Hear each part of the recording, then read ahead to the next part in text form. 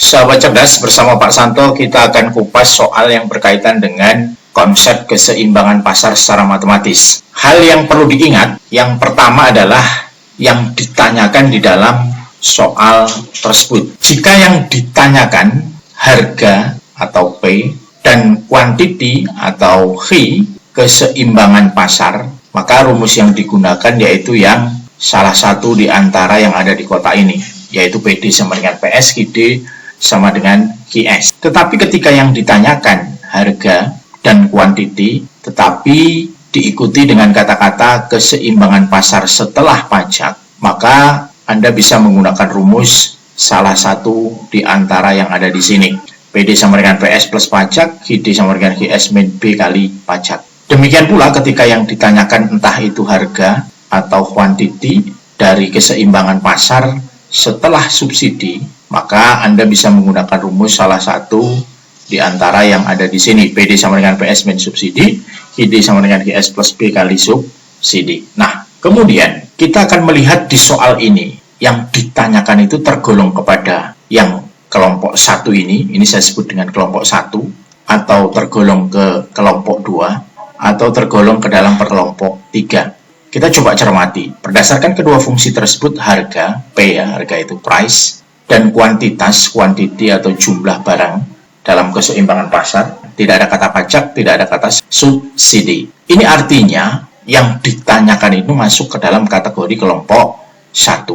Nah, kemudian di dalam kelompok 1 rumus yang ditawarkan yaitu PD sama dengan PS, QD sama dengan QS. Kira-kira Anda menggunakan yang PD sama dengan PS atau QD sama dengan QS? Kita coba lihat yang diketahui di dalam soal. Fungsi permintaan 5P sama dengan 220 min Q, sedangkan fungsi penawarannya 3P sama dengan Q plus 20. Sebenarnya kalian dibolehkan menggunakan dua rumus ini. Silahkan, kalian mau menggunakan rumus PD sama dengan PS atau kalian mau menggunakan rumus QD sama dengan QS. Kita coba terlebih dahulu menggunakan rumus QD sama dengan QS. Bagaimana caranya? Langsung saja kita mengubah fungsi permintaannya 5P sama dengan 220 min Q. Ini harus kita ubah dulu menjadi fungsi Q permintaan. Caranya bagaimana? Ini kita sebut ruas kiri, ini kita sebut ruas kanan. Untuk bisa menghasilkan fungsi Q miliknya permintaan, maka nilai Q di sini harus dirubah di ruas kiri. Semula dia berada di ruas kanan, sekarang kita ubah ke ruas kiri menjadi Q.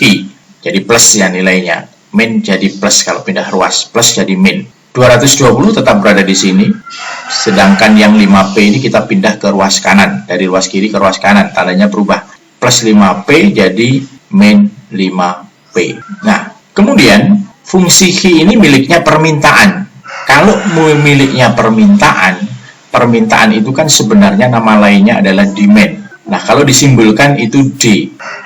D besar atau D kecil boleh. Nah, kita pakai D kecil aja ya. Berarti Q ini adalah Q miliknya permintaan. Maka perlu kita simbol di sini. Kita kasih simbol QD. Berarti ini fungsi Q miliknya D. Fungsi Q miliknya permintaan. Selanjutnya, di soal diketahui fungsi penawarannya. Penawaran itu sering disebut dengan istilah supply atau disimbolkan dengan S. Nah, di dalam soal fungsi penawarannya adalah 3P sama dengan Q plus 20. Ini kita rubah menjadi fungsi Q. Ini kan fungsi 3P. Nah, ini harus kita rubah menjadi fungsi Q. Caranya, Q di sini kan sudah plus ya.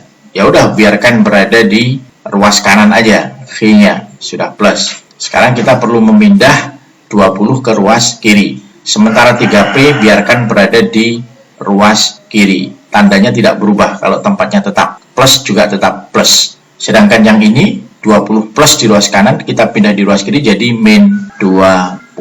Artinya Q di sini adalah miliknya supply, miliknya penawaran. Penawaran itu simbolnya S, berarti ini kasih S. Sehingga sudah kita temukan berapa QD-nya dan berapa QS-nya. Kemudian baru kita masukkan ke rumus QD sama dengan QS. Kita masukkan QD sama dengan QS.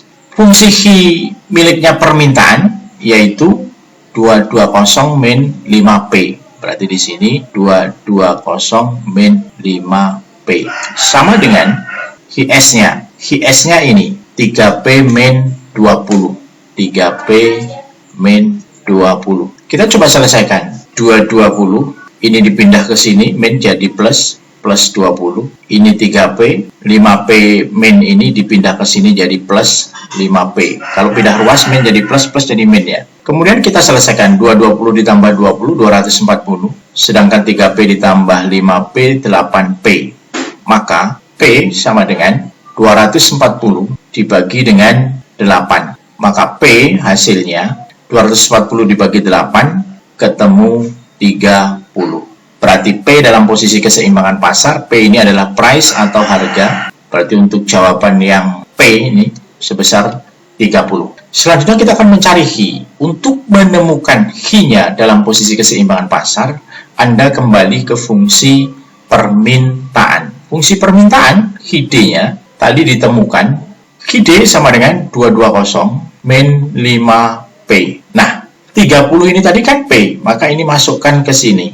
Jadilah 220 min 5 kali P. P-nya 30. Kita selesaikan. 220 min 150. Maka hasilnya 70. Inilah H-nya. Sehingga bisa kita simpulkan bahwa P-nya dalam posisi keseimbangan pasar nilainya adalah 30. Artinya harganya 30. Sedangkan jumlah atau H-nya atau kuantitasnya dalam posisi keseimbangan pasar sebanyak 70. Ingat, di sini dalam bentuk rupiah dan ini dalam bentuk satuan, misalkan ons, kilo, unit, buah, dan lain sebagainya. Sehingga untuk pertanyaan ini jawabannya adalah yang E. Demikian sahabat cerdas terkait dengan bahasan secara matematis untuk soal keseimbangan pasar. Sampai ketemu lagi di lain kesempatan dengan Pak Santo. Sampai ketemu lagi di lain kesempatan bersama Pak Santo untuk bahasan-bahasan soal keseimbangan pasar yang lain.